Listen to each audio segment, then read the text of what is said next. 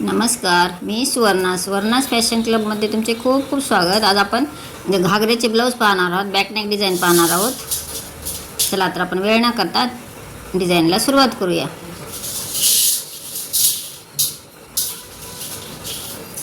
गळारुंदी घ्यायची, तुम्हाला 2 घ्या किंवा 2.25 तुमची जी गळारुंदी येते ती रुंदी घेऊन पूर्ण उभी पट्टी काढून घेतली.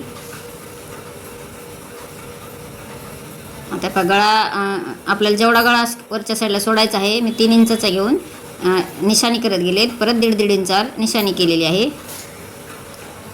वरच्या साईडला 3 इंच सोडले आणि खाली 1.5 इंचावर पूर्ण निशाणी करून घेतली. आता हाच पार्ट आपल्याला दुसऱ्या साईडला आपण छापून घेणार आहोत.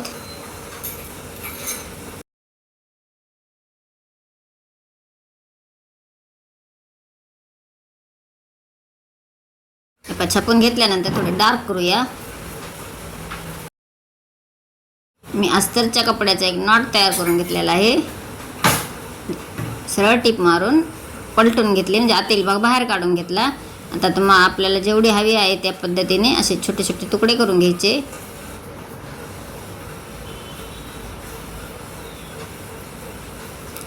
पूर्ण तुकडे एकाच साईजचे झाले पाहिजेत. ह्या पद्धतीने पूर्ण तुकडे कट करून घेतले.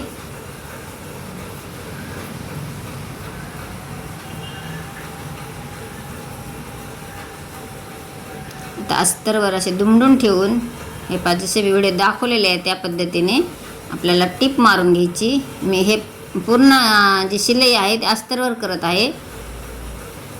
ह्या पद्धतीने असे व्यवस्थित ठेवून घ्यायचे.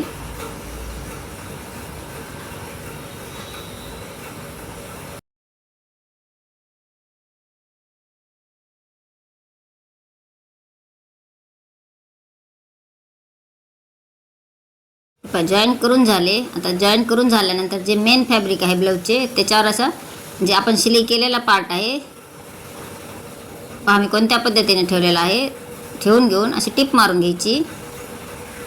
म्हणजे आतील पार्ट आपल्याला बाहेर काढायचं आहे.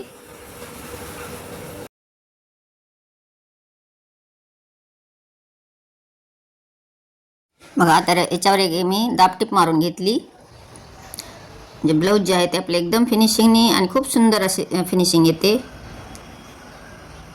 टिप मारून झालेली आहे. आता एक्स्ट्राचा जो पार्ट आहे तो साईड पूर्ण 4 साईड शिवून घ्यायचे आणि एक्स्ट्राचे कापड कट करून घेतले. तर ह्याच पद्धतीने मी दुसराही पार्ट तयार करणार आहे. टक्स मारले आणि खालच्या साईडला जे आहे ते पट्टी लावून घेणार आहे.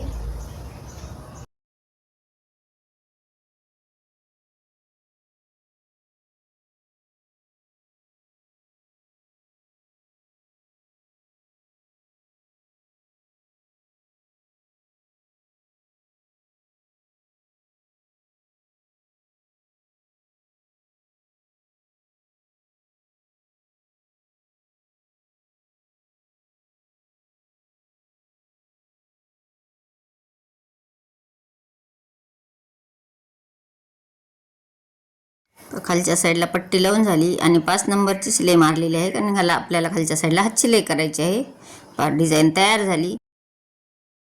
हे जे ब्लाऊज आहे ते खूप सुंदर झालेले आहे. साईडला अशी चेन लावलेली आहे आणि जे कफ लावलेले आहे ते कफ आपल्याला बाहेर काढता येतात आणि लावता येतात. आपण वॉश करूनही लावू शकतो. पहा ही डिझाईन कशी वाटली. व्हिडिओ जर आवडला असेल तर एक लाईक करा. चॅनल नवीन असाल तर सबस्क्राईब करा. आता याला मी जी दोरी आहे ती रेडीमेड नॉट वापरलेली आहे, कारण कापड जाड आहे. ह्या कपड्याचीच खूप सुंदर दिसते, पण कापड जाड असल्यामुळे त्याची जी नॉट तयार केलेली आहे करतायत आपण जे करतो ते खूप जाड येते. त्यामुळे मी रेडीमेड दोरी वापरलेली आहे. चला आता मग दोरी वळून घेऊया